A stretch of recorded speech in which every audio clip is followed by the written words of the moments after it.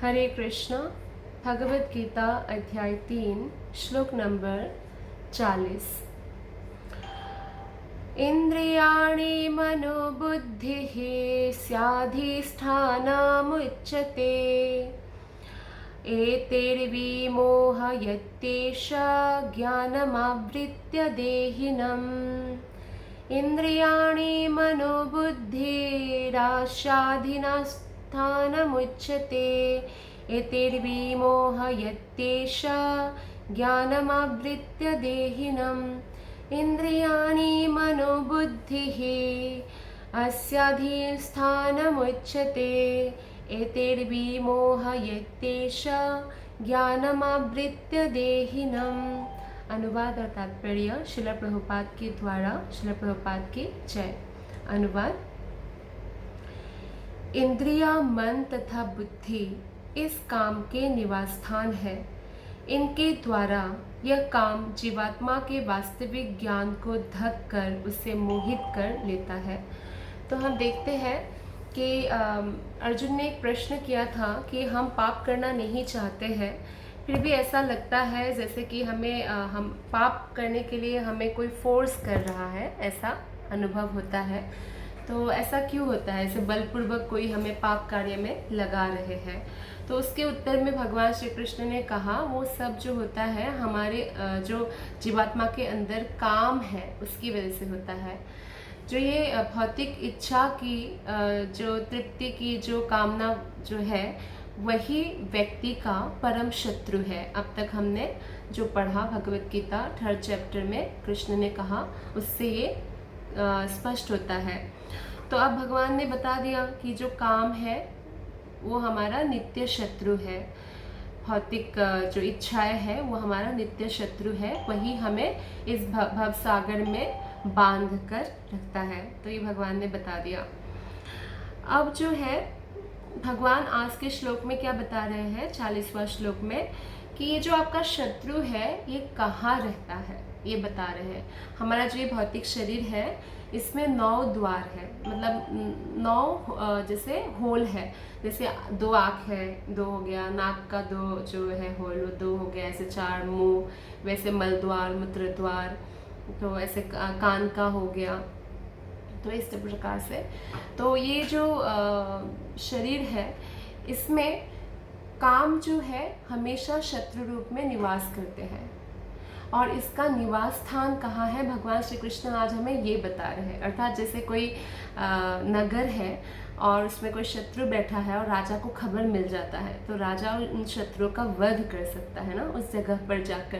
तो इस प्रकार से भगवान श्री कृष्ण हमें आज बता रहे हैं कि ये जो आपका शत्रु है, जो आपका बहुत समय से, बहुत जन्मों से नित्य वैरी है, हमेशा ही आपका शत्रु है, वो कभी मित्र नहीं बनता।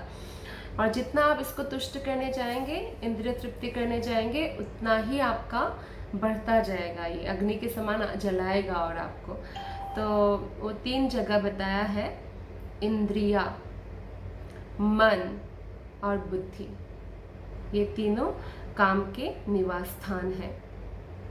इनके द्वारा यह काम जीवात्मा के वास्तविक ज्ञान को ढक कर उसे मोहित कर लेता है। तो जीवात्मा का वास्तविक ज्ञान क्या है कि भगवान श्री कृष्ण के बारे में उनको ज्ञान होता है, लेकिन उस वास्तविक ज्ञान को ये जो है ढक देते हैं। मन बुद्धि अहंकार में जो काम निवास करते हैं वो उसे ढक देते हैं। तो मन और बुद्धि और इंद्रिया बताया है। इंद्रिया, मन और बुद्धि, ये 3 निवास स्थान है।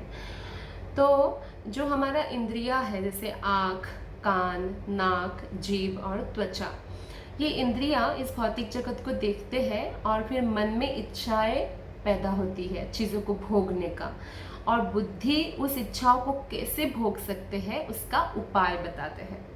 तो इस प्रकार से ये तीनों काम का निवास स्थान बन जाता है। और ये जो हमारा जो आध्यात्मिक ज्ञान है उसको भी अगर हम इंद्रिय तृप्ति करते रहेंगे उसको हम नहीं समझ पाते हैं। तो इसीलिए हमें क्या करना चाहिए, तात्पर्य में श्रील प्रभुपाद बताते हैं कि चूँकि शत्रु ने बद्धजीव के शरीर के विभिन्न सामरिक स्थानों पर अपना अधिकार कर लिया है, अतः भगवान कृष्ण उन स्थानों का संकेत कर रहे हैं जिससे शत्रु को जीतने वाला यह जान ले कि शत्रु कहाँ पर है। तो भगवान श्री कृष्ण हमें ये संकेत दे रहे हैं कि आप ये जान लो कैसे, कहाँ पर शत्रु रहते हैं और इन शत्रुओं को कैसे भगाना है, आपके शत्रु को कैसे भगाना है। इसलिए बड़े बड़े आचार्य लोग, वैष्णव आचार्य, प्रामाणिक गुरु, साधु, शास्त्र, सब लोग जो है हमें ये उपदेश देते हैं कि आपका जो इंद्रिया है वो कृष्ण की सेवा में लगा दीजिए। जैसे अम्बरीश महाराज या युधिष्ठिर महाराज, जितने भी महाराज हैं और जितने भी बड़े भक्त हैं, सिर्फ राजा ही बड़े भक्त नहीं है, बहुत सारे जो गरीब प्रजा है वो भी बहुत बड़े बड़े भक्त हुए, क्योंकि भक्ति करने के लिए किसी भी सिचुएशन पर डिपेंडेंट होने की ज़रूरत नहीं है। कोई राजा भी है तो वो मन से वैरागी ही होता है, वो इंद्रिय तृप्ति नहीं करना चाहता। जैसे कि अम्बरीश महाराज का उदाहरण भागवतम में प्राप्त होता है कि आँखों को वो भगवान के अर्च विग्रह का नित्य दर्शन करने में लगाते थे।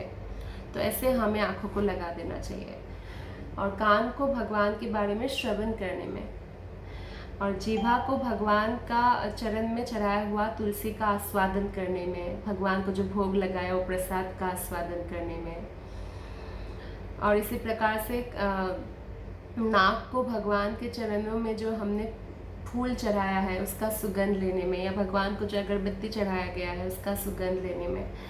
और त्वचा यानी स्किन को, तो ये स्किन का इंद्रिय तृप्ति जो है बहुत प्रबल होता है, इसको ही मैथुन बोलते हैं, स्त्री पुरुष का संभोग ये स्किन से होता है।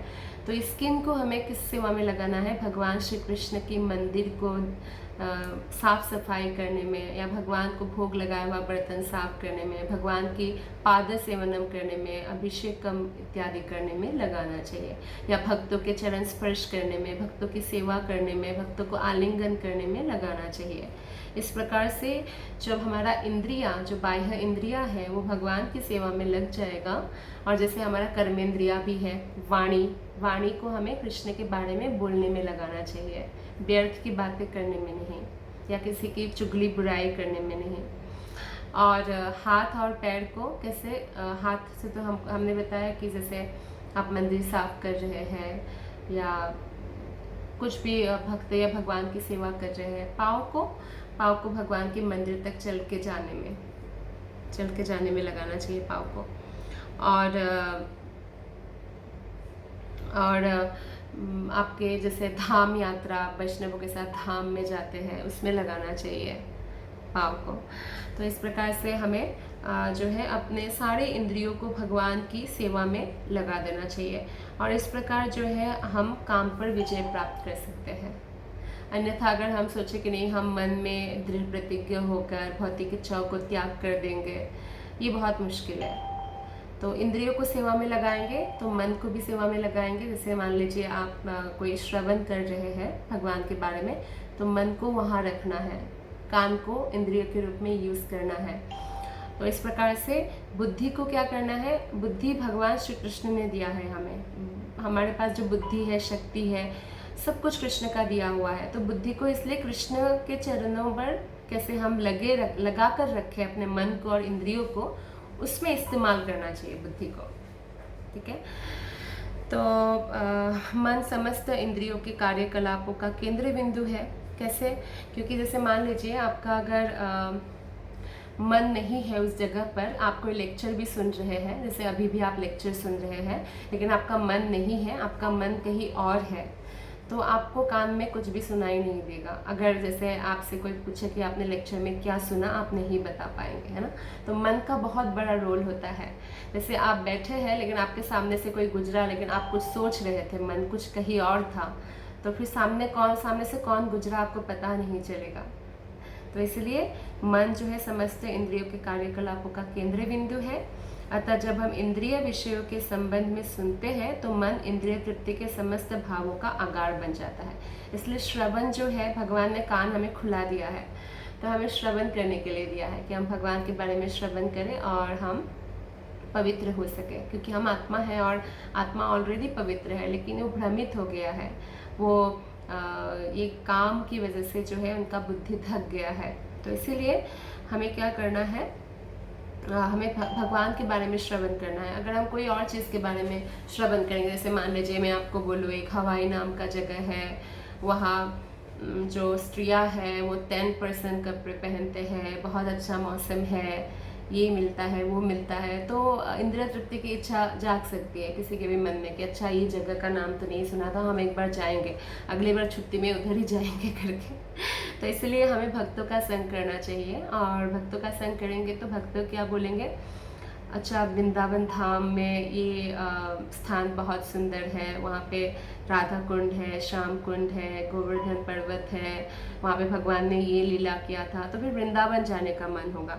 तो जैसा हम सुनते हैं वैसा हमारा मन होने लगता है ना। तो हमें भक्तों का संग करना है और भगवान के बारे में श्रवण करना है।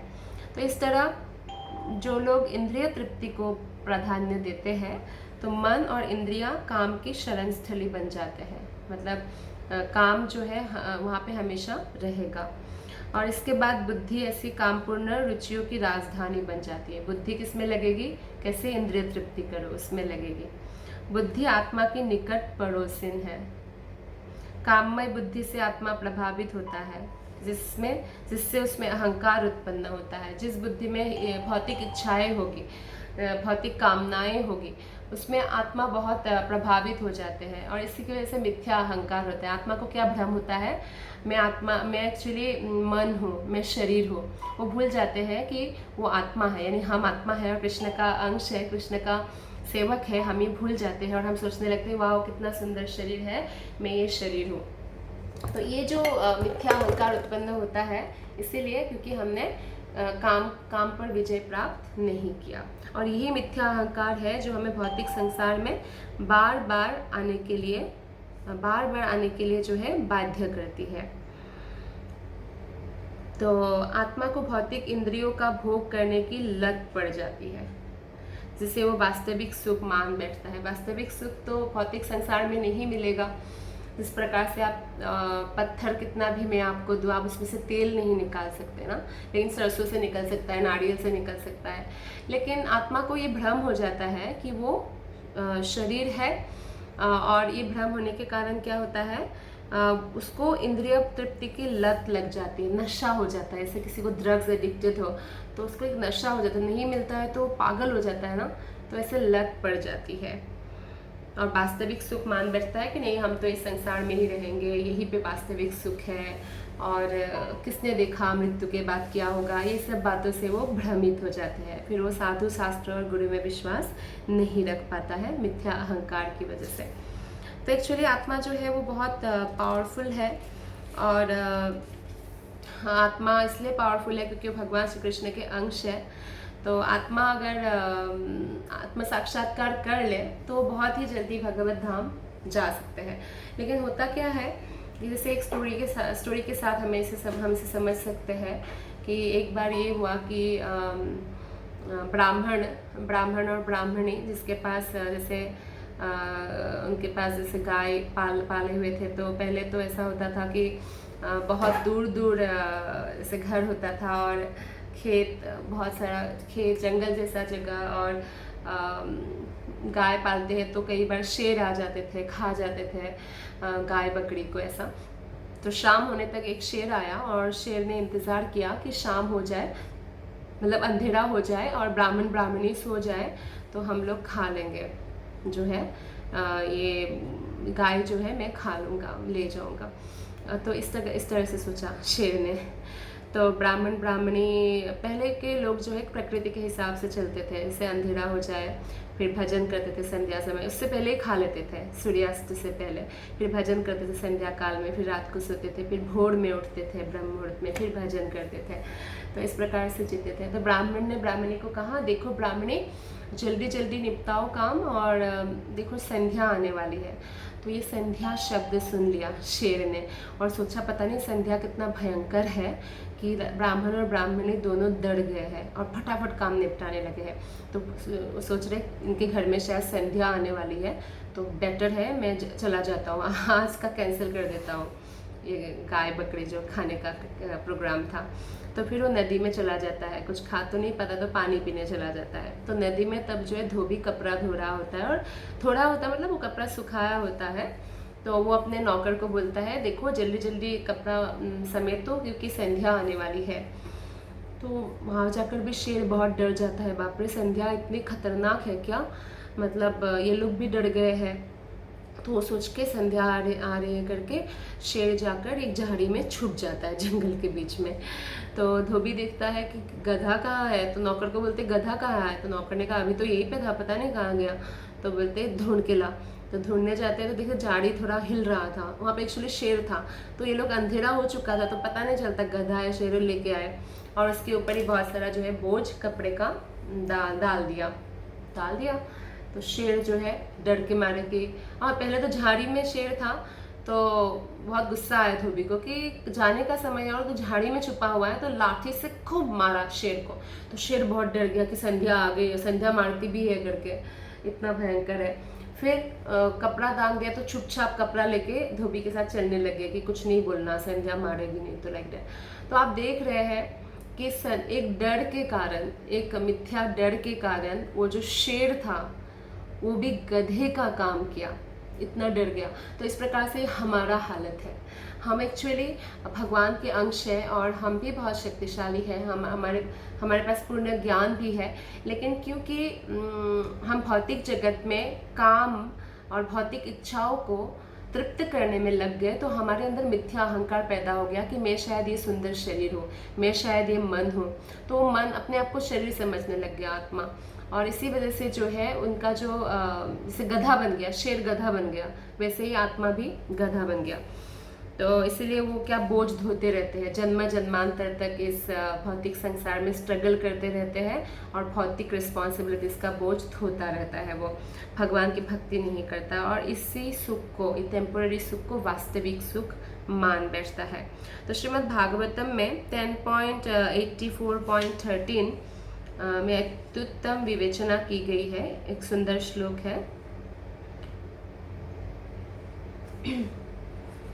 यस्यात्मबुद्धि गुणपे त्रिधातुके स्वधिः कलत्रादिषु भौमयुज्यधिः यत्तीर्थबुद्धिः सलिलेन कर्हिचित् जनेष्वभिज्ञेषु स एव गोखरः। अर्थात इस श्लोक का अर्थ है, जो मनुष्य इस त्रिधातु निर्मित शरीर को आत्मस्वरूप जान बैठता है, जो देह के विकारों को स्वजन समझता है, जो जन्म भूमि को पूज्य मानता है और जो तीर्थस्थलों की यात्रा दिव्य ज्ञान वाले पुरुष से भेद करने के लिए नहीं अपितु स्नान करने के लिए करता है, उसे गधा या बैल के समान समझना चाहिए। तो क्यों बोला है ऐसे व्यक्ति को गधा या बैल के समान? जैसे मैंने अभी आपको स्टोरी सुनाया कि कैसे शेर भी गधा बन गया, तो इस तरह से हम भी गधा बन जाते हैं या बैल की तरह हो जाते हैं, सिर्फ बोझ ढोने का या सिर्फ मेहनत करने के लिए, लेकिन हम अपने मनुष्य योनि को भगवान की सेवा में नहीं लगाते अगर हमें मिथ्या अहंकार हो जाता है। तो इसमें जो हमारा शरीर है वो क्या करते हैं, वो हमारा शरीर है आत्मा, उसको खुद मान बैठता है कि मैं यही शरीर मैं हूँ। और इसीलिए जब मृत्यु होता है यानी शरीर छोड़ने का समय आता है, भले एक्सीडेंट की वजह से, बीमारी की वजह से या कोई भी वजह से बूढ़ा होकर, तो वो शरीर छोड़ता नहीं, इतना अटैचमेंट होता है शरीर से कि यमदूत को ऐसे रस्सी गले में डाल के खींच के ले जाना पड़ता है शरीर को, मतलब सूक्ष्म शरीर में बंदी बनाकर आत्मा को। तो और यहाँ पे ये भी बताया है कि वो लोग भी गधे और बैल के समान है जो देह के विकारों को स्वजन समझता है, यानी आप है, आपकी शादी हो गई, आपके बच्चे हो गए, तो आप उसको स्वजन समझने लगे। और जैसे कि हम आत्मा हैं और हम कृष्ण के अंश हैं, तो कृष्ण के हम अंश हैं और सब लोग कृष्ण के हैं, इस बुद्धि को फिर हम नहीं समझ पाते हैं। तो हम क्या करते हैं, हम समझने लगते हैं कि जो मेरे शरीर से और पैदा हुए वो मेरे स्वजन है, या ब्लड रिलेशन से वही मेरे स्वजन है। लेकिन भगवान श्री कृष्ण भागवतम में कहते हैं कि जो भक्त है वो हमारे स्वजन है ना। तो इसलिए उनको भी गधा और बैल कहा गया है जो ऐसे भ्रमित होते हैं। और इसमें देखिए बहुत इंटरेस्टिंग बात है, कुछ लोग इसमें तर्क भी कर सकते हैं कि जो जन्मभूमि को पूज्य मानता है उसको क्यों शास्त्र में बताया गया है कि उनका वो भी गधा और बैल के समान है। इसलिए क्योंकि जन्मभूमि को पूज्य मानने के कारण जो है वो बाकी जो दूसरे देश के लोग हैं उनको इन्फीरियर मानेंगे या उनके साथ लड़ाई करेंगे। और ये भी एक देहात्म बुद्धि है, क्योंकि अभी हमारा जन्म भारत में हुआ है तो हम क्या सोचते हैं अपने आप को भारतवासी। तो कल अगर हमारा जन्म अमेरिका में हुआ तो हम सोचेंगे हम अमेरिका वासी है। कल हमारा जन्म ऑस्ट्रेलिया में हुआ तो हम ऑस्ट्रेलिया वासी। मतलब हर जन्म अलग अलग होगा तो हम इसी तरह से शरीर से संबंधित समझेंगे ना अपने आप को। तो इसीलिए गधा और बैल के समान बोला गया है कि वो लोग भी जो है देहात्म बुद्धि में है। और उन लोगों को भी गधे के समान बताया गया है जो अलग अलग पवित्र नदियों में स्नान करने तो जाते हैं या धाम जाते हैं या जो तीर्थस्थल है वहाँ जाते तो है, लेकिन वैष्णवों से श्रवण करने के लिए नहीं जाते। साधुओं से क्या करने जाते हैं? बस डुबकी लगाने के लिए जाते। डुबकी लगा, ठीक है, आप गए, मान लीजिए आप गंगा में गए और डुबकी लगाया, आपका पाप धुल गया, लेकिन पाप करने की प्रवृत्ति का क्या? आप तो नहाने के बाद फिर वापस आके फिर वही पाप करेंगे, फिर वही जमा हो जाएगा।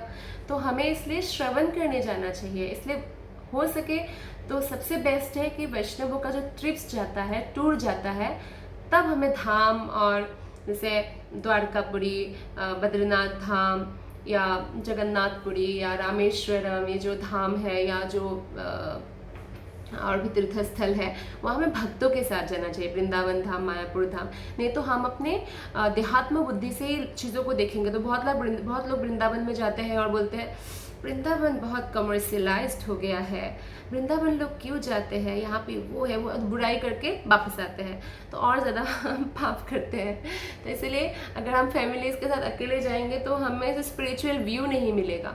तो या अगर फैमिली के साथ जाए भी हम किसी को लेकर, तो हमें वहाँ पे कोई वैष्णव ढूंढना चाहिए, साधु ढूंढना चाहिए। जैसे पूरे विश्व में कोई भी इस्कॉन टेम्पल है तो वहाँ के अगर भक्तों को कांटेक्ट करेंगे तो कोई भी वृंदावन में या कोई भी धाम में जो उनका कांटेक्ट होगा उनका देंगे, फिर वो उनको गाइड करेंगे और फिर हर जगह का जो है स्पिरिचुअल व्यू हमें देखने को मिलेगा।